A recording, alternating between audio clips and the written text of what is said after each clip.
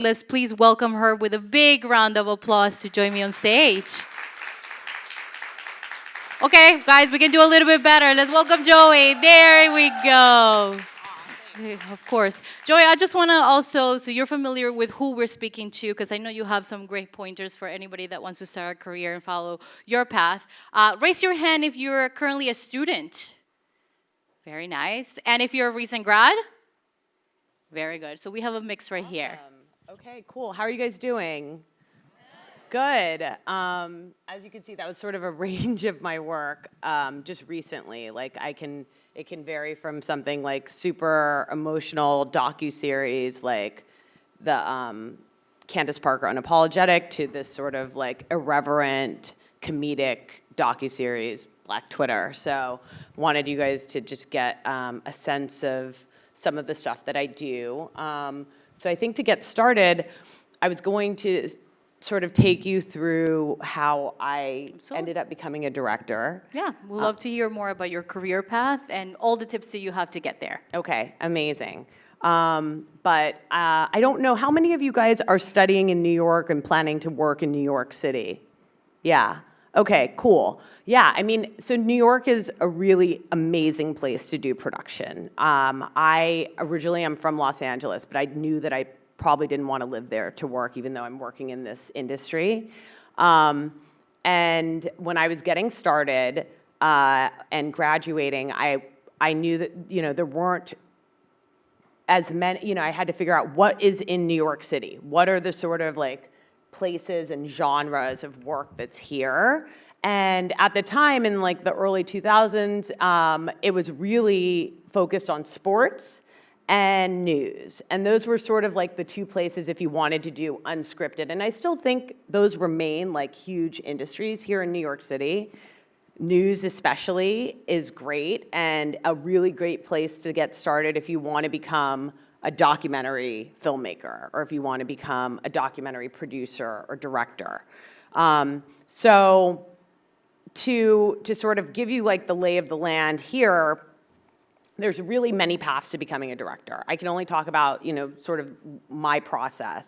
But one thing that's really important to understand is that being a TV producer is sort of being a director and being like an uncredited director or uncredited writer.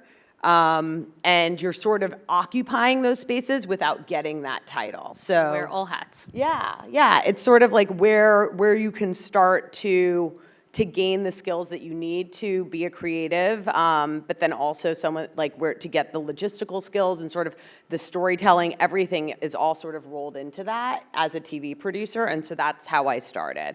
I immediately after college, I went to work, after having an internship at ESPN during my college years, I graduated and I went to work there as a production assistant, which is where most people start.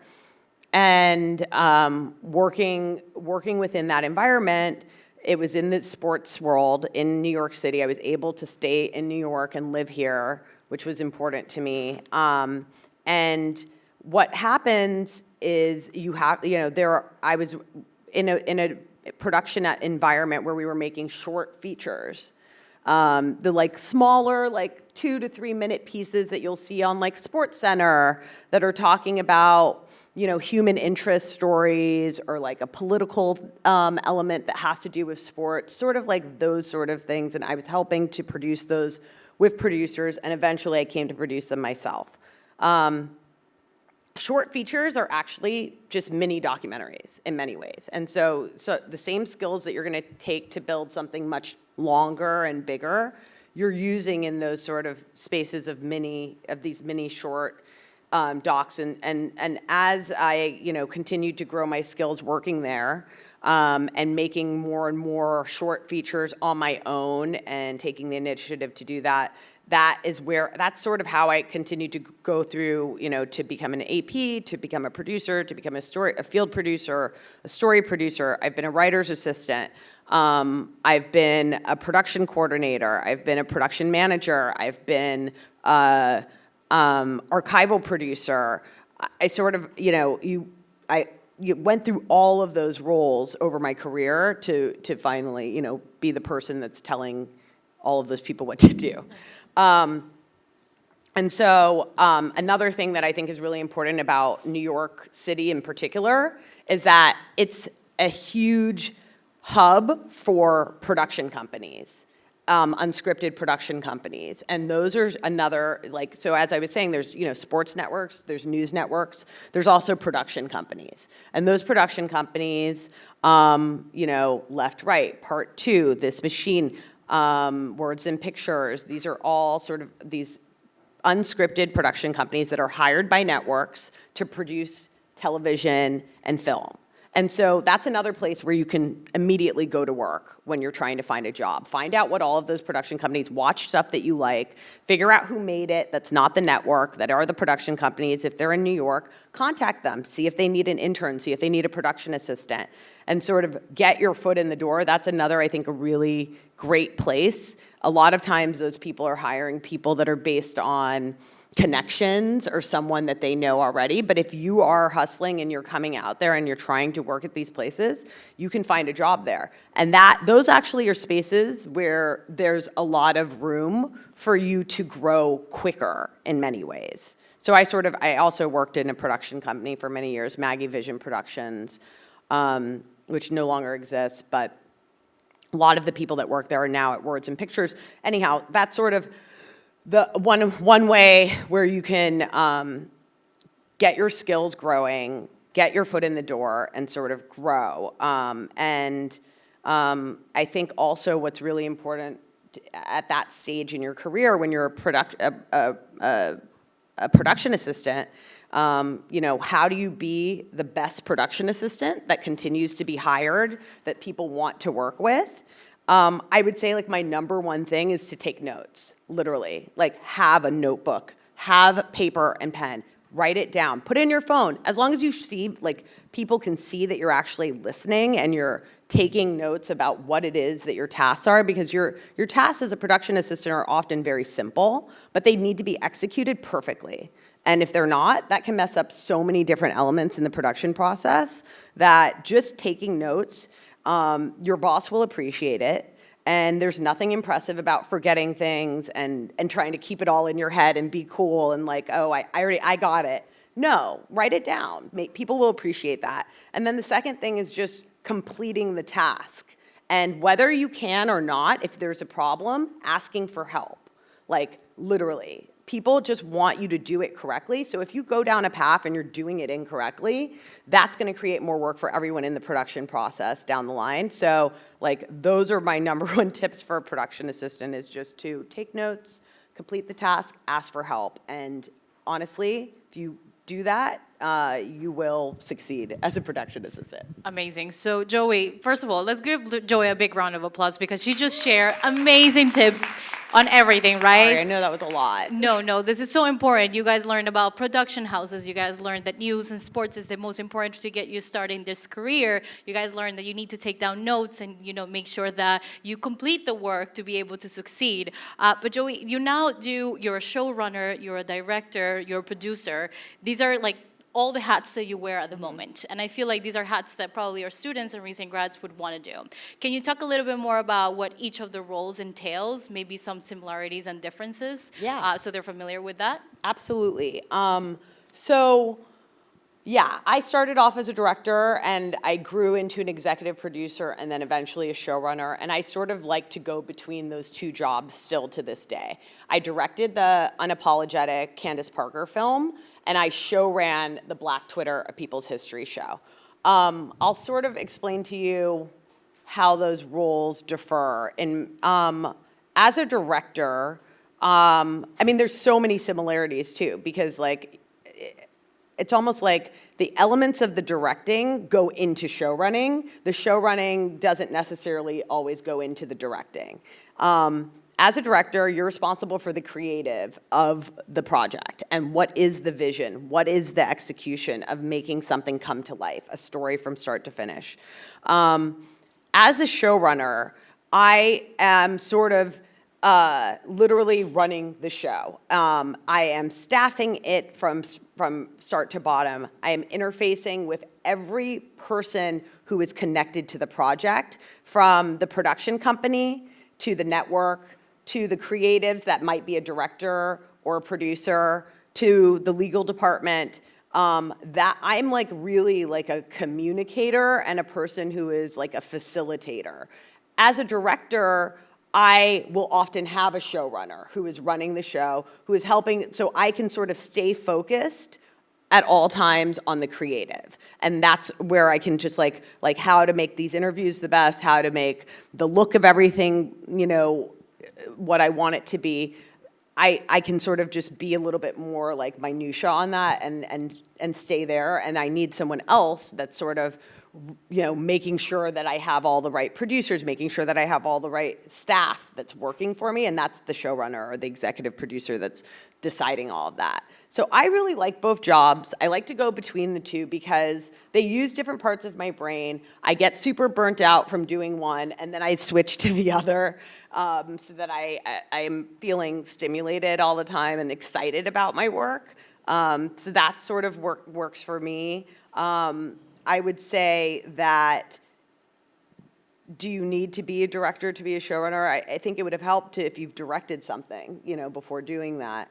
And showrunning is really, like, the main things are, besides, like, the interfacing, it's the communication. Like, you are the communicator for the show, for everything. Decision-making, like being able to make quick editorial and financial decisions, which is a little bit less in directing. Like, less am I worried about the financial. You know, they tell me what the budget is and where I have to stay, but I'm always thinking about the financial and the editorial and the creative as a showrunner. And then the organization and just sort of like keeping the whole thing running organizationally and staff-wise. Very good. I love learning about the different ways that you can do and the fact that you have the flexibility to switch between the two. But let's imagine some of the students, you know, it takes a long time to get there and a lot of experience. Some of these folks might have the opportunity to join, you know, to have internships or to join any of the companies that are hiring for PAs, but others, you know, maybe they need to create these opportunities. What would you suggest maybe while they're in college or they recently graduated for them to start doing? Is it to do a project, to help a friend, maybe something that you thought of that you did while you were still in college that helped you land that first job? Yeah, I think all of those things are helpful. There is like a sort of proliferation of content right now. There's just so much content. So am I convinced that if you make something, it will make enough of an impact? But it's something for you to be able to show a production company. It's something for you to be able to show a news network or a sports network before you're getting that first job, that you've made something, that you know how to make something, that you have a point of view, and that you have like some filmmaking skills. That will be helpful if you are making, like, it's less about like it blowing up and becoming viral, but rather it's a proof of your work and you having something on your resume. Even if you create that yourself, as long as it looks cool and it's good and it's, you know, it has elements that look professional in some way, like, that's going to be very valuable. So I would say absolutely make things. I also think it's really important for people, especially starting out right now, to understand that there are so many different roles that in producing. I just named a bunch that I had worked in before I ended up becoming a director and deciding, like, this is what I want. Not everyone's going to really want to be a director or a showrunner. And there are so many different roles that are producers in TV and in film. You know, on the creative side, there's story producers and post-producers. Those are the people that are deciding in the edit room what to make, you know, how to make this. That is a specific skill set that, you know, I have to have, but that, like, you can also just focus in on that. There's the field producing, which is being out in the field and filming things. Those aren't necessarily the same two people, the same person. Sometimes I'm hiring a field producer and a story producer. Sometimes they're one person. It really depends on their skill set. There's an archival producer, someone who's focused heavily on just video and research and finding all of the visual elements that you're going to need to tell a story. Those are very specific, and they might go into clearance producing, which is someone who deals very heavily with the legal world and trying to make sure that that the companies don't get sued when they're putting content on television. And then there's a development producer if you're working at a production company or even at at a network where your work is really in the ideating stage and creating what are these ideas, what are the things that we should do, being really on top of stories and the news and finding places where you can create, and help executives create content. So like, that's just like on the creative side. On the other side of producing, there's like the planning and logistical type of producer that are so important. And also, you can make a really great living from those jobs. Line producer is the head of the accounting essentially, and like making sure that the budget stays on point. And they work with production managers, production coordinators, and those gigs turn into executive producers. So like, I think that it's really important to understand that it's not just a director or a showrunner or whatever. Like, there's just so many cool jobs. Exactly. So she just gave you guys a list of all the different possible opportunities and roles that are out there. And all you guys have to do is really do your research, right? Learn what you like. It's also, I think, starting your career, you want to try different things to see what you like and what you're good at. Mm-hmm. So it's important to learn more about it. But let's say, Joey, they landed the role, right? Mm-hmm. And you worked throughout your career with many PAs or interns or people that are just starting out. Thinking back to those folks that you work with, or maybe you just recently worked with, how did they stand out, or what made you say, hey, I want to work with this person again because they did such a great job even though they're just starting out? Yeah, I mean, I would go back to the three things I said earlier, which were like that they showed me that they were listening and taking notes and understood the task at hand and wanted to make sure that they completed it perfectly. They asked me for help at different stages or asked other people for help when they weren't clear on exactly how to execute it. And then they had follow through, and they didn't leave something, just undone. Those things are, honestly, like, I think the best things that I could have in a production assistant. Very nice. And now you're dealing with people every day. You're communicating. There's a lot of things going on. So I imagine networking and building relationships is extremely important to make sure you have a successful documentary or show, whatever you're producing. So what are some tips that you have for some of the students when they're in these opportunities? How should they network with others, or how should they build those relationships in order for, again, be called back? Oof, networking is a hard one. It's really kind of awkward in some ways, I feel, like, to just, ask people for things or, figuring out, but you do have to in some ways, and you have to figure out your approach that works for you. I think that it's really important to ask adults, in your life and people that everybody that and just figure out who are the folks that work in the industry that I want to work in.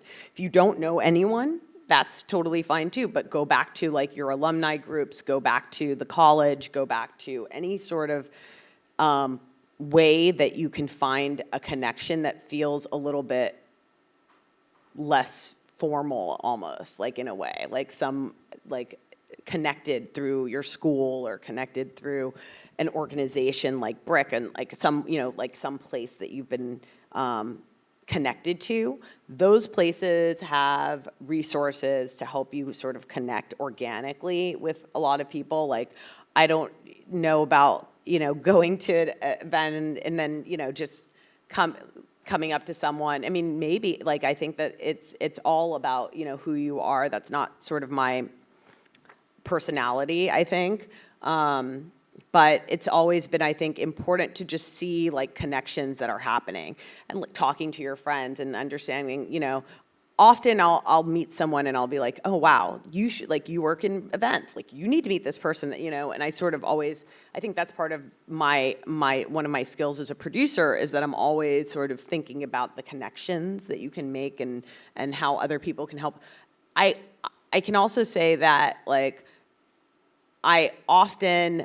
one thing that I love about living in New York City is that so many people have so many different types of jobs and so many different professions and doing so many different things and come from so many different cultures. I'm constantly like learning something interesting that I think could help me for something I want to make.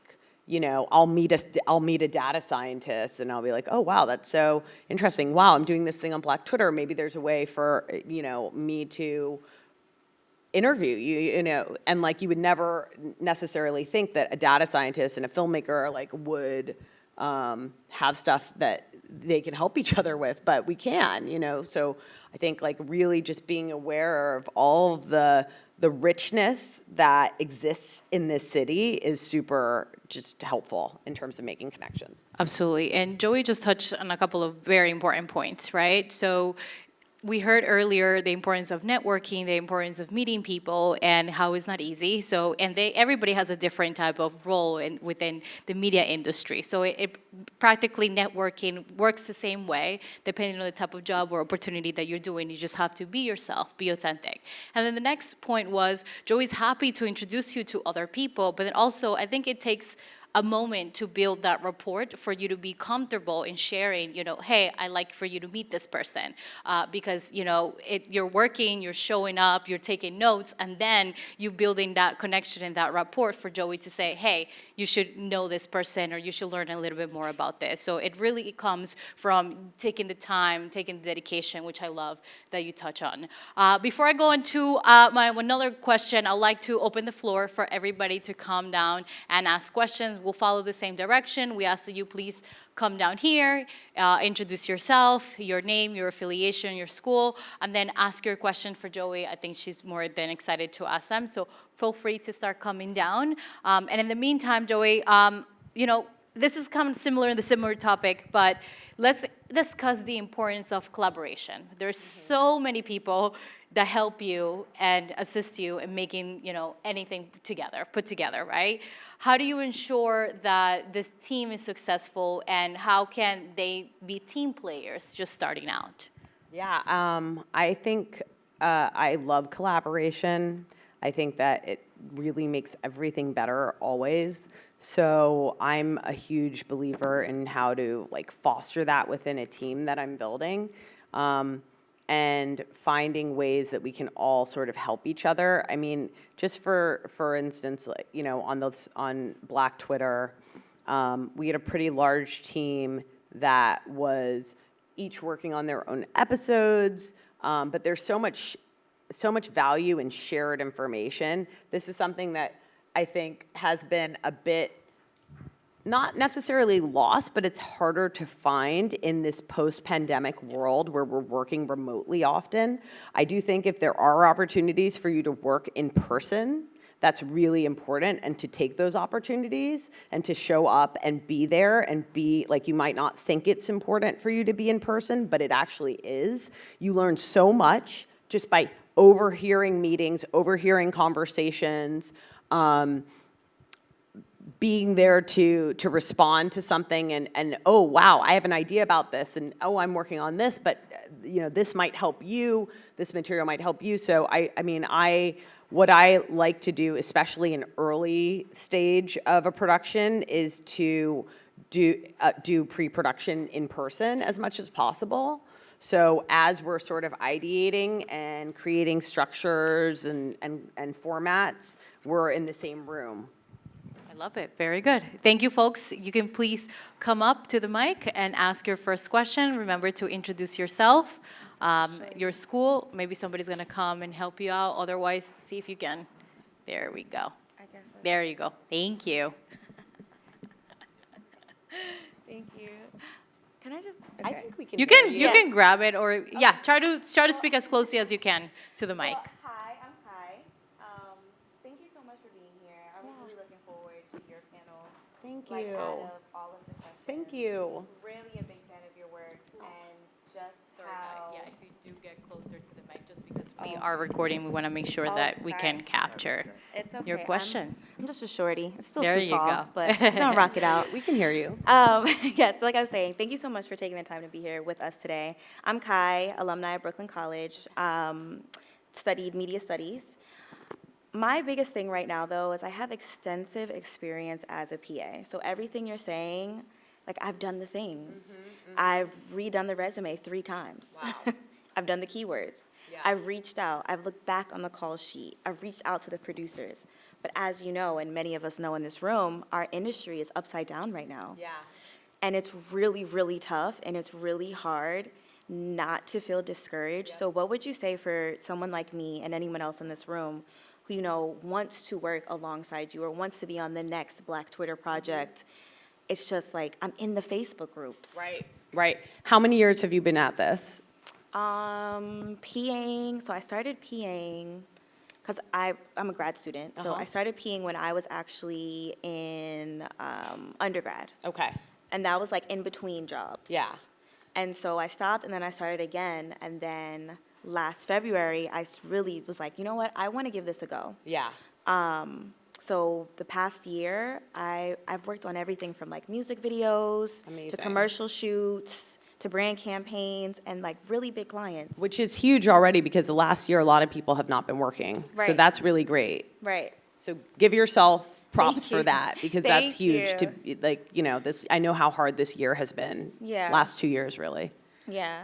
I mean, what I would say is, yes, we are sort of living in a weird period right now within the industry. I can't tell you how many production companies I know and that have worked with who they did not sell anything in barely in 2023. They sent, you know, they sold something in January and then nothing else got greenlit for the rest of the year. Yeah. That literally happened to so many production companies that I worked with here in the city.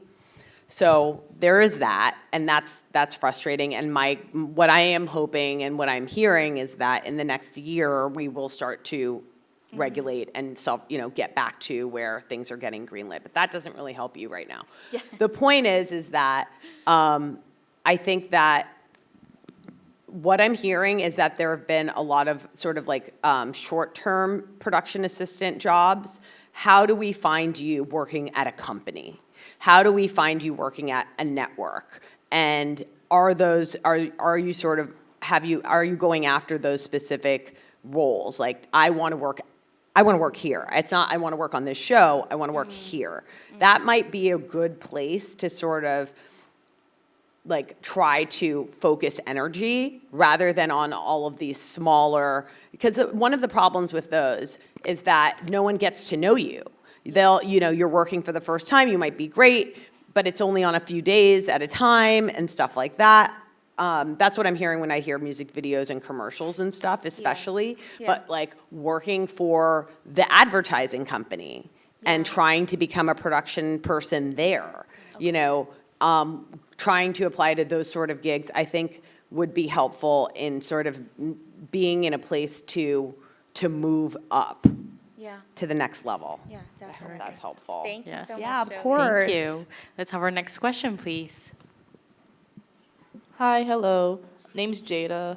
Hi, Jada. I'm a senior at NYU, and this is out of my own curiosity, but in your director's, what's the word? Role. The Foley job, where you make sound effects and edit them in, how important is it in the overall scheme of things? Because I'm looking into that position. in the Yeah. city.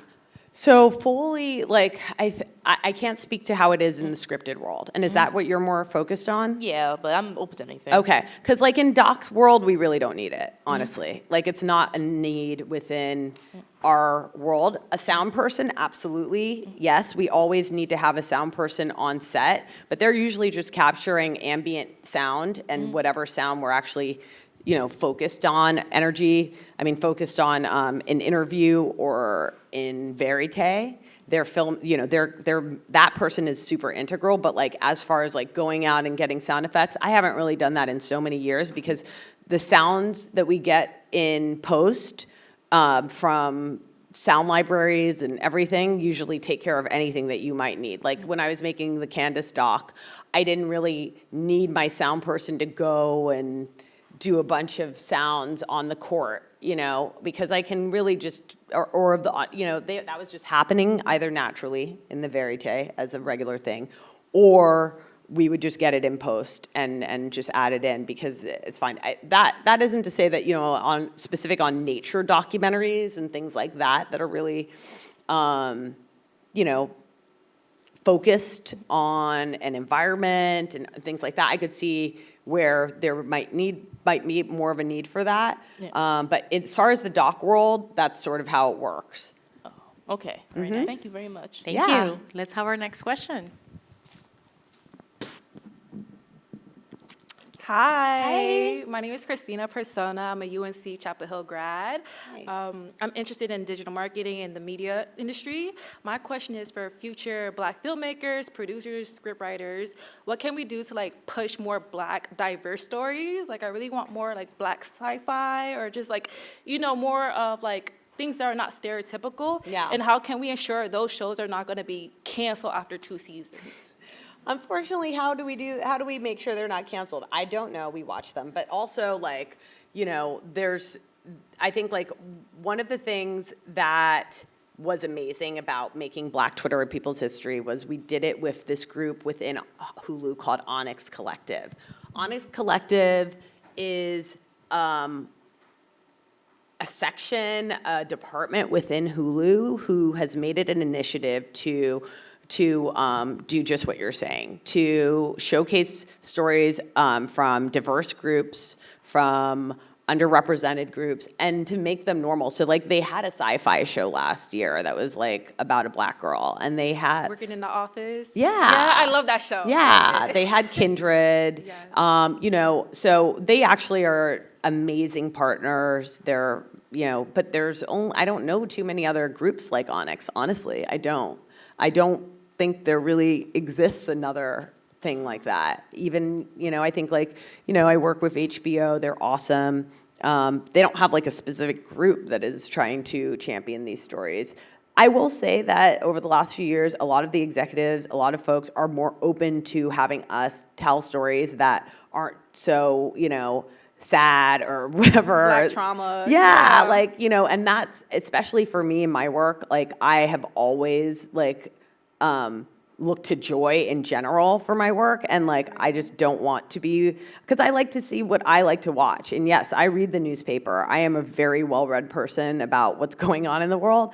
And some of those things will come into my stories, but the focus is really on the optimism and and the hope and the change and things like that, because I think that's what I want to watch.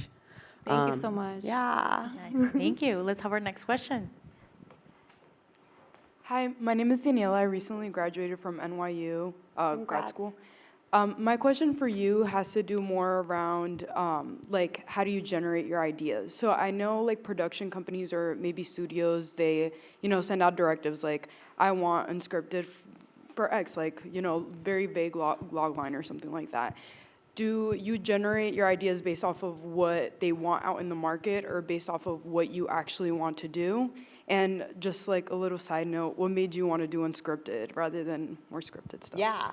Okay, so I'll start with just that. Why did I do unscripted? It was sort of what was available to me here. As I was saying, when I moved to New York, it was really news, sports. And so I did not see a path for scripted for me to get a job immediately, and I needed a job. So that's sort of how it happened. And I have toyed in my career with doing scripted. I did a lot. I did scripted skits, sort of SNL type skits for award shows. I did it for a series called Drop the Mic, where I was directing on that in that capacity, for scripted stuff. But I wasn't really able to make that transition as easily as I would have liked, even though I had the experience as a director. So I really just then got more excited about docs and more excited about unscripted, and that's where it sort of coincided with this period where there have been so many more documentaries being made, which luckily, and I sort of was I'm a realist, honestly. I like to work. I need to make money. I have to. So just like all of us. So I was this is hot right now. I'm gonna keep here. I already know how to do this. This is what I do, and this is what I'm gonna continue doing. And so that's sort of how it happened, but I really love it. And I think that we're in a really beautiful period for unscripted. So I'm really excited about that. The first part of your question about generating ideas. To be honest with you, that's not been my way in for the most part. Because I want to get things made. And so if someone is coming to, like, often, like, a lot of my work has been commissioned stuff that, like, people want to make, and then they're like, can you make this? Yeah. That's from the early days at ESPN. You know, they had a story. They would tell me what the story was. I would add to it and make it my own, but I would execute it because I know that's what they already want to do. And there's going to be a budget behind it, and they're going to make it. And so, like, that's sort of like how I've continued to do stuff. It's only recently now at this stage in my career where I feel more comfortable generating ideas on the side that I'm going to have made. You know, I've started to do that in the last few years where there's been a topic that I'm like, oh God, I really want to do this. Let me see who's interested. Let me see if this is interesting to anyone other than me. And trying to do that. But that wasn't something that I did early on in my career. That's not to say that you shouldn't. I mean, there's so many amazing filmmakers that have done it that way. I was just on a panel with this guy, Lance Oppenheim, who I think he went to NYU, and he just directed a couple films, all sort of just ideas that he came up with that he sort of filmed and, like, made into a thing. Like, you can go that route for sure. But for me, I have tried to execute the things that I've been told to until starting now, really. Very good. Thank you so much. Thank you. Let's go with our next question, please. Thank you. Hi, am I close enough to the mic? Am I good? Okay. Hi, I'm Dana. It's nice to meet you. I recently graduated from Fordham University. I'm interested in film and TV production. And I wrote a research paper, actually, on showrunners for scripted TV specifically. And so from that, I don't know if it's different in unscripted, but for scripted, you know, they're most often male and white. Do you ever feel a pressure to, I don't know if navigating certain situations differently because of that, and how do you handle that pressure potentially from, like, other people that you're working with? That's an interesting question. I mean, you know, as long as I've worked in sort of the production world, a lot of it's been corporate, a lot of it's been white.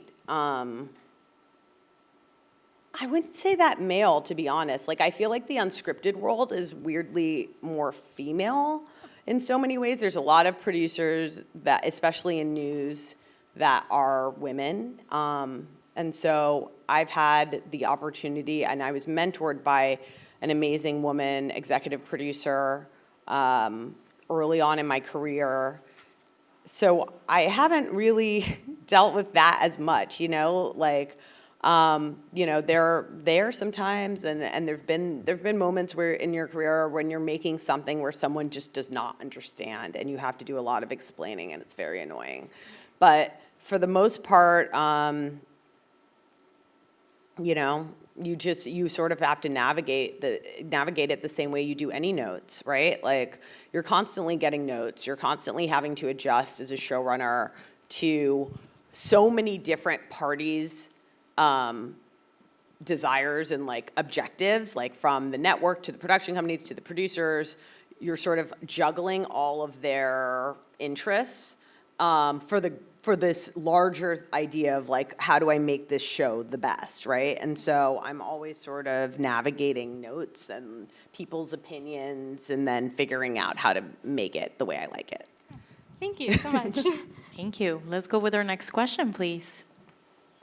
Hi, can you hear me? Hi, my name is Lucrecia. I'm a student journalist at Stony Brook University. And my question is mostly about the beginning of your career, from the time you were an undergrad. Mm-hmm. So how do you obtain your first internship?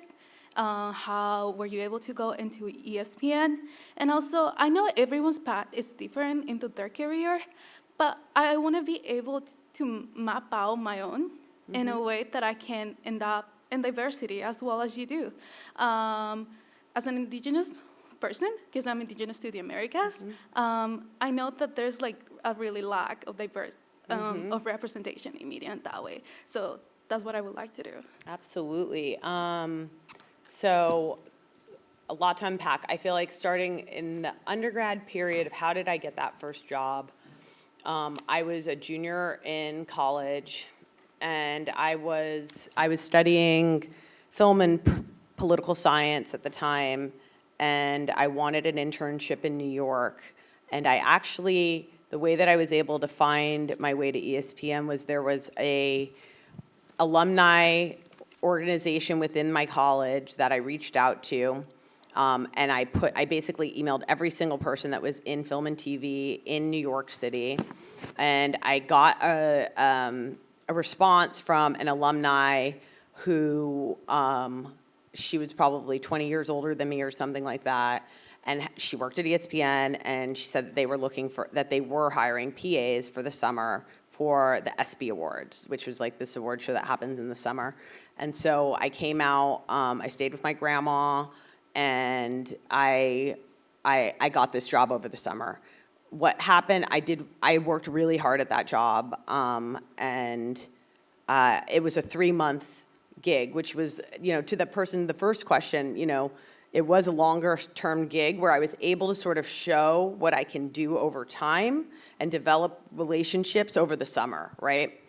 And then I was like, well, I have to go back to college, but I would love to work here again next summer. I'm available. I just, would love to do that.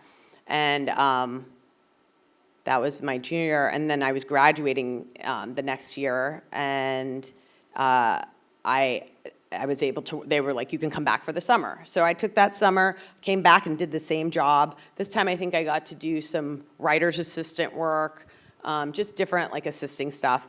And I just was so hungry, so intense about working, staying so late, coming so early, like literally just like I wanted them to know how much I cared, how much this meant to me. And when the show was over, they were like, well, there's another show. Do you want to do that? And I was like, yes, absolutely. Any role, I'll do it. And so that sort of was the beginning, staying there. And so that 3-month thing grew to the next show, which was like a couple months. And I was a permalancer, a permanent freelancer. I didn't have insurance through them. I had, was just sort of winging it, but that eventually led to a employee, like, becoming an employee and then a production company. So that was the start. About the indigenous stories, and you have such an amazing perspective as an indigenous person, and there are amazing creators out there. Like one of my co-executive producers that I work with often is an amazing filmmaker named Paige Bethman. There's so many folks that you can sort of, I think within that community, because it is so small, feel comfortable reaching out and literally finding out, like there's, I can give you some resources about that in terms of, reaching out within the indigenous filmmaking community, because there's so many people that are going to want to help bring you into that. Thank you. Thank you. And I just want to check, I guess, one last question, if that's okay? Okay. Okay, we can have the last two. Perfect. Come right up. Hello. Hello. Good afternoon. Good morning. Hi. I hope you're well. So my name is Christian Raphael. I am a recent graduate of Hunter College, and I'm a recent CUNY BA laureate. I did a self-design major in music and sound design and game production. Nice. And throughout my undergrad, I also volunteered at 2 nonprofit organizations. I volunteered at NYC Gamers and the Esports and Game Design Collective.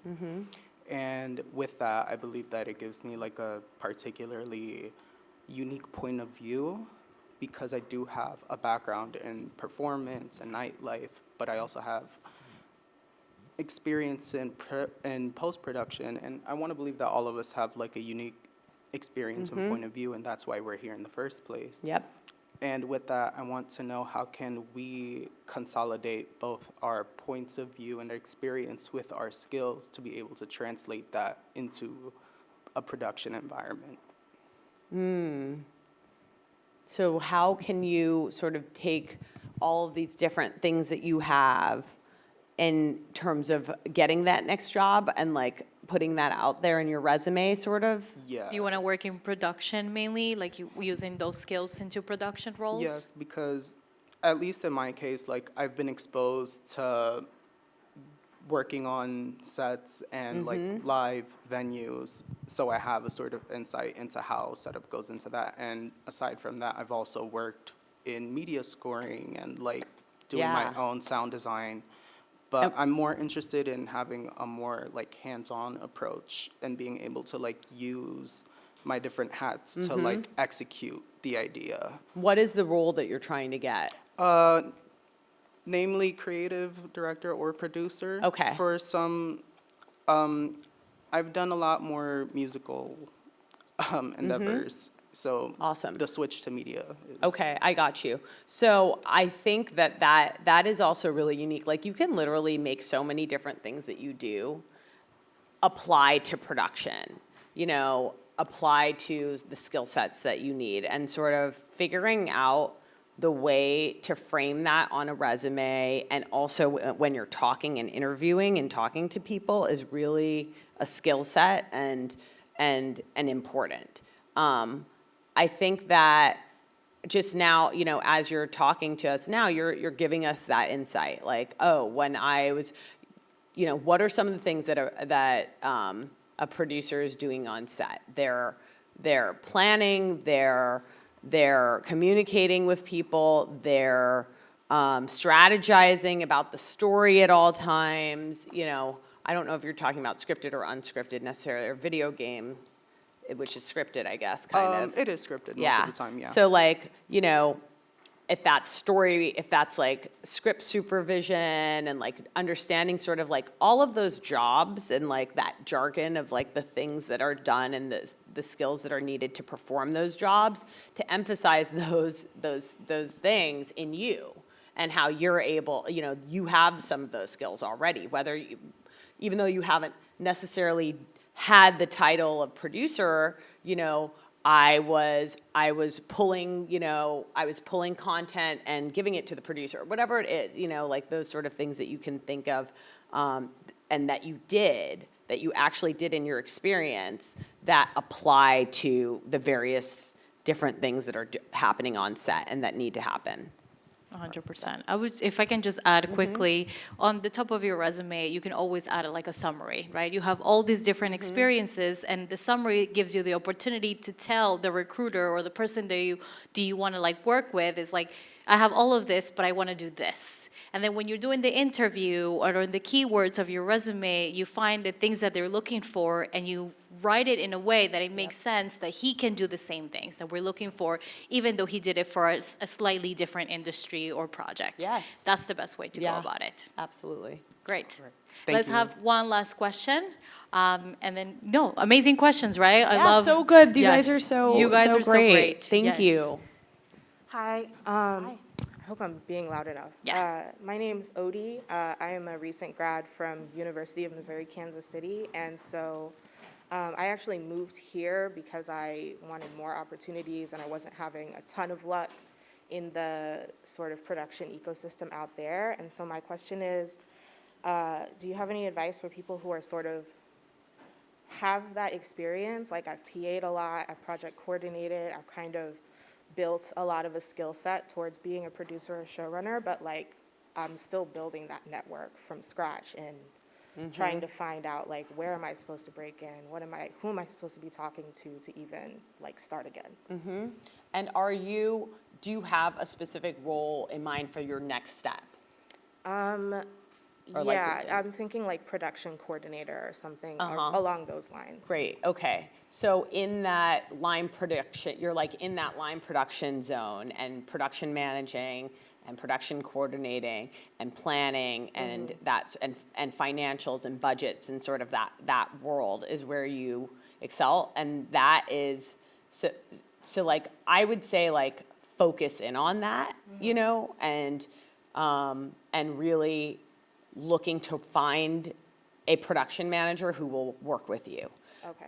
Like you don't want to start at the line producer you want to start at the person who would be hiring you, who is going to refer you to the line producer, the person who can have you come in on a shoot. Maybe it's for a day or two, just so that, you can show them what you can do and be like, hey, I'd love to just come in for a day to work with you. Whether, maybe, honestly, we're in sort of desperate times in some ways. Like, I feel like I might be like, I can come for one day for free just to be there, and I want to just be there and listening and hear and learn. And those sort of things, those connections, those things of sort of taking the leap, which I know it's so hard because we all need to work and make money, and but finding those time periods where you can, maybe it's after your job when you're coming off of work, or maybe it's before you sort of on a vacation day, something like figuring out something where you can offer your services to somebody who doesn't know you yet to take the leap on you. But yeah, I would say that identifying production managers is also just a good call. I might look at casting, look at cast and crew lists of productions that are happening here, and sort of trying to find those people and reaching out to them, reaching out to line producers. I'm a production manager and production coordinator who has just moved here. I loved your work on this. I would love the opportunity to meet with you, work with you on, anything I can start at. You might not be able to start at the production coordinator level at first. You might have to start at a PA again, but I think those sort of things are really valuable. And you have a hopefully. foot in the door. Exactly. Yeah. Very good. Let's give Joey a big round of applause. This was so great. So many amazing questions. You guys are amazing. And Joey, thank you so much. We love all of your work. And you guys better make sure to watch all the docuseries on Hulu, Netflix, and just make sure that you stay connected, right? Thank you guys so much. I'm wishing you guys all the luck and good fortune for the coming year. Production's going to get better, guys. We're going to get work.